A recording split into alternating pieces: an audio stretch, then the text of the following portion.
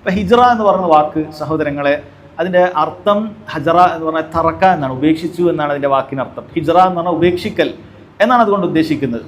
എന്നാൽ ഇതിന് സാങ്കേതികമായ ഇസ്ലാമിൻ്റെ നിയമത്തിൽ ഇത് ഭാഷാപരമായ അർത്ഥമാണ് ഉപേക്ഷിക്കുക എന്നുള്ളത്. ഇസ്ലാമിൻ്റെ ഒരു അർത്ഥമുണ്ട്. പണ്ഡിതന്മാർ പറഞ്ഞത് അൽ ഇന്തിഖാലു മിൻ ബിലാദിൽ കുഫ്രി ഇലാ ബിലാദിൽ ഇസ്ലാമി ഫിറാറൻ ബിദ്ദീൻ. ദീൻ സംരക്ഷണത്തിന് വേണ്ടി ദീനും കൊണ്ട് ഓടിയതാണ്. കുഫാറുകളുടെ രാജ്യത്തിൽ നിന്ന് ദീൻ അനുസരിച്ച് ജീവിക്കാൻ സാധിക്കുന്നില്ല. മുസ്ലിമായി ജീവിക്കുമ്പോൾ അവിടെ കൊല്ലപ്പെടുക, പ്രയാസപ്പെടുത്തപ്പെടുക, അങ്ങനെ ബുദ്ധിമുട്ടുകൾ അനുഭവിക്കേണ്ടി വരിക. ദീൻ ഉയർത്തി ജീവിക്കാൻ സാധിക്കുന്നില്ല. അങ്ങനെ ദീനും കൊണ്ട് മുസ്ലിമീങ്ങളുടെ രാജ്യത്തേക്ക് ഒരാൾ സ്ഥലം മാറിയതാണ്. അതിനാണ് ഹിജ്റ എന്ന് പറയുന്നത്. ഇത് ഖിയാമത്ത് നാൾ വരെ ഇസ്ലാമിലുള്ള ബാക്കിയുള്ള കാര്യമാണ്. ഖിയാമത്ത് നാൾ വരെ ഉണ്ട്. ഒരാൾക്കൊരു നാട്ടിൽ നിസ്കരിക്കാൻ സാധിക്കുന്നില്ല, നിസ്കരിച്ചാൽ കൊല്ലും. അയാൾക്ക് നോമ്പെടുക്കാൻ സാധിക്കുന്നില്ല. അങ്ങനെ ദീനുൽ ഇസ്ലാമിൻ്റെ അടയാളങ്ങളൊന്നും കാണിക്കാൻ പറ്റുന്നില്ല. മുസ്ലിമാണോ അയാൾക്ക് അവിടെ അപായമാണ്, അവിടെ പ്രയാസമാണ്. എങ്കിൽ അയാൾ എന്ത് ചെയ്യാൻ പാടില്ല? ദീനാണ് ഉപേക്ഷിക്കുക. തൽക്കാലം ദീൻ ഉപേക്ഷിച്ചവരൊന്നും ചെയ്യില്ലല്ലോ. നമ്മളെ കച്ചവടമൊക്കെ നല്ല കച്ചവടം പിടിച്ച സ്ഥലമാണ്. അപ്പോൾ ആ കച്ചവടമൊക്കെ ചെയ്ത് അവിടെ നിൽക്കുക പാടില്ല. ഒരു മുസ്ലിമെ സംബന്ധിച്ചിടത്തോളം അവൻ അവിടെ നിന്ന് പോകാൻ സാധിക്കുമെങ്കിൽ, അവിടെ കുദറത്ത് നിർബന്ധമാണ്, കുദറത്ത് ഷർത്താണ്, ഒരാൾക്ക് പോകാൻ കഴിയും. അപ്പുറത്തൊരു നാട്ടിലേക്ക് പോയാൽ ദീൻ അനുസരിച്ച് തന്നെ ജീവിക്കാൻ ചിലപ്പോൾ ഭൗതികമായിട്ട് ചിലപ്പോൾ ഇതൊക്കെ ഉപേക്ഷിക്കേണ്ടി വരും. ഭൗതികമായിട്ട് ചിലപ്പോൾ നമ്മളിവിടെ ഉണ്ടാക്കി വെച്ച എസ്റ്റാബ്ലിഷ് ചെയ്ത കച്ചവടങ്ങൾ, പല കാര്യങ്ങൾ, ബാക്കിയുള്ള കുടുംബങ്ങൾ, അങ്ങനെ പലതും ചിലപ്പോൾ നമുക്ക് ഉപേക്ഷിക്കേണ്ടി വരും. ഉപേക്ഷിക്കണം. ദീനിനാണ് പ്രാധാന്യം. കാരണം ദീൻ ഉയർത്തിപ്പിടിക്കാനാണ്, ദീൻ അനുസരിച്ച് ജീവിക്കാനാണ് നമ്മൾ ഭൂമിയിലേക്ക് വന്നിട്ടുള്ളത്. ബാക്കിയെല്ലാം അതിന് സഹായകമാകുന്ന കാര്യമാണ്. അപ്പോൾ ആ ദീൻ അനുസരിച്ച് ഒരാൾക്ക് ജീവിക്കാൻ സാധിക്കുന്നില്ലെങ്കിൽ മറ്റു കാര്യങ്ങൾ ഉപേക്ഷിച്ചിട്ടാണെങ്കിലും എന്ത് ചെയ്യണം? ദീനിന് വേണ്ടി എന്ത് ചെയ്യണം? മുൻതൂക്കം കൊടുക്കണം. ഇത് ബുദ്ധിയുള്ള എല്ലാ ആളുകളും അവരുടേതായ മേഖലകളിൽ പയറ്റിക്കൊണ്ടിരിക്കുന്ന കാര്യമാണ്, അല്ലെ? ഇന്ത്യൻ സാഹചര്യത്തിൽ ഒരാൾക്ക് നല്ല വിദ്യാഭ്യാസം കിട്ടുന്നില്ലെങ്കിൽ ഇവിടെ ആളുകൾ എന്താ ചെയ്യുക? അവിടെ തന്നെ എന്നിട്ട് എന്തെങ്കിലും തൽക്കാലം ഉള്ളതൊക്കെ പഠിച്ച് ജീവിക്കാവുന്ന ആളുകൾ തീരുമാനിക്കും? ഇല്ല. ആളുകൾ എന്താ തീരുമാനിക്കുക? നമുക്കെന്താ അപ്പുറത്തെ രാജ്യത്ത് പോയാൽ, നമുക്കെന്താ കാനഡയിലേക്ക് പോയാൽ, നമുക്കെന്താ ഇംഗ്ലണ്ടിലേക്ക് പോയാൽ, UK പോകാൻ, ഇന്ന സ്ഥലത്തൊക്കെ പോകും. അവിടെ പോയി ഇങ്ങനെ നല്ല നല്ല യൂണിവേഴ്സിറ്റി പോയി പഠിച്ചു വരാം. ഇവിടെ അങ്ങനെ വെറുതെ എന്നിട്ട് നമ്മളങ്ങനെ പഠിക്കാതിരിക്കേണ്ട. കാരണം എന്താണ്? ഭൗതികമാണ് അവർ താല്പര്യപ്പെടുന്നത്. അപ്പോൾ ആ വിഷയത്തിന് ഈ നാട് വിട്ട് പോയാലാണ് നമുക്ക് ആ വിഷയത്തിൽ മികവുണ്ടാവുക.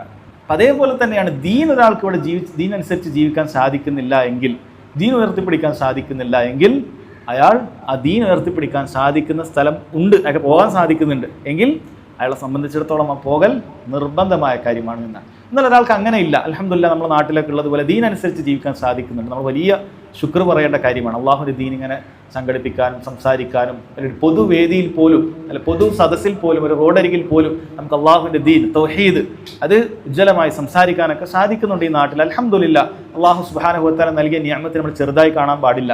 മറ്റനേകം രാജ്യങ്ങൾ ചിലപ്പോൾ ഇല്ലാത്തതായ ഒരു അനുഗ്രഹം ഈ നാട്ടിലുണ്ട് എന്നുള്ളത് നമ്മൾ അള്ളാഹുവിനെ സ്തുതിക്കേണ്ട കാര്യം തന്നെയാണ്. അപ്പം അങ്ങനെ നമുക്കുണ്ട്, അവിടെ ദീൻ അനുസരിച്ച് ജീവിക്കാൻ സാധിക്കുന്നുണ്ട് എങ്കിൽ നമുക്ക് നിർബന്ധമില്ല ഒരു ഇസ്ലാമിക രാജ്യത്തേക്ക് മാറി താമസിക്കുക എന്നുള്ളത് നമുക്ക് നിർബന്ധമില്ല. അപ്പോഴും പണ്ഡിതന്മാർ പറയുകയാണ് മുസ്തഹബാണ്, നല്ലതാണ്. കാരണം ഒന്നുകൂടി ദീനുൽ ഇസ്ലാമിൻ്റെ നിയമങ്ങളൊക്കെ ലാഹിറായി പ്രകടമായി ഉണ്ടാകുന്ന ഒരു നാടാണെങ്കിൽ അവിടേക്ക് പോകുക എന്നുള്ളത് വളരെ പ്രതിഫലാർഹമായ കാര്യമാണ്. ഒരാൾക്ക് അങ്ങനെ ചെയ്യാവുന്നതാണ്. എന്നാൽ ചില കൂട്ടർക്ക് അത് മുസ്തഹബല്ല. ആർക്കാണത്? ഈ നാട്ടിൽ മുസ്ലിമീങ്ങൾക്ക് ഉപകാരം ചെയ്യാൻ സാധിക്കുന്ന, ദീനുൽ ഇസ്ലാമിൻ്റെ നിയമങ്ങൾ ആളുകളെ പഠിപ്പിക്കാൻ സാധിക്കുന്ന, അല്ലെങ്കിൽ ഇവിടെയുള്ള മസ്ജിദുകളിൽ ഇമാമത്തോ മറ്റോ ഒക്കെ ഏറ്റെടുത്തിട്ടുള്ള, അങ്ങനെ ദീനിൻ്റെ മസ്ലഹത്ത് അത് ഉയർത്തിപ്പിടിക്കാൻ സാധിക്കുന്ന ആളുകളെ സംബന്ധിച്ചിടത്തോളം അവർക്ക് ഇങ്ങനെയുള്ള നാട്ടിൽ തന്നെ നിൽക്കലാണ് നല്ലത്. അവർക്ക് ഇങ്ങനെയുള്ള നാടുകളിൽ നിൽക്കാനാണ് നല്ലത്. അല്ലാത്ത ആളുകളെ സംബന്ധിച്ചിടത്തോളം അതല്ലാത്ത രാജ്യങ്ങളിൽ ഒരാൾക്ക് പോകാനുള്ള കുതിരത്തുണ്ട്, അതിനുള്ള സാധ്യതയുണ്ട് എങ്കിൽ അതാണ് അവർക്ക് അഫ്ളൽ എന്നാണ്. അപ്പോൾ ഹിജ്റയുമായി ബന്ധപ്പെട്ട ചെറിയൊരു വിശദീകരണമാണ് സഹോദരങ്ങളെ മനസ്സിലാക്കാൻ സാധിക്കും. ചില ആൾ ഹിജ്റ എന്നൊക്കെ പറഞ്ഞ ഒരു ഭീകരമായ സംഭവം പോലെയൊക്കെ അവതരിപ്പിക്കും. ഒന്നുമില്ല, വളരെ എളുപ്പമുള്ള കാര്യമാണ്.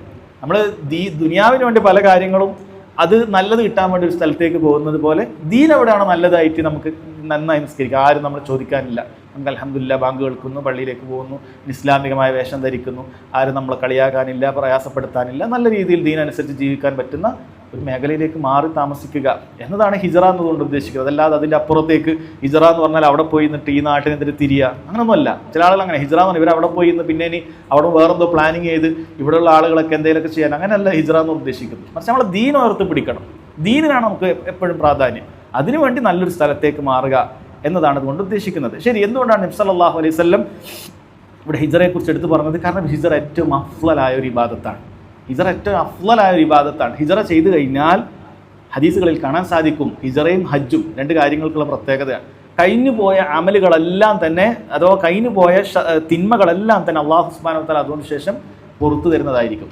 ഹജ്ജ് അങ്ങനെ തന്നെയാണ്. ഒരാൾ ഹജ്ജ് സ്വീകരിച്ചു കഴിഞ്ഞാൽ, ഹജ്ജ് കബൂലായി കഴിഞ്ഞാൽ അയാളെ കയ്യിന് പോയ പാപങ്ങളൊക്കെ അള്ളാഹു സുബ്ഹാനഹു വ തആല പുറത്തു വരും. അതേപോലെ തന്നെ ഹിജ്റ ഫضലുള്ള കാര്യമാണ്.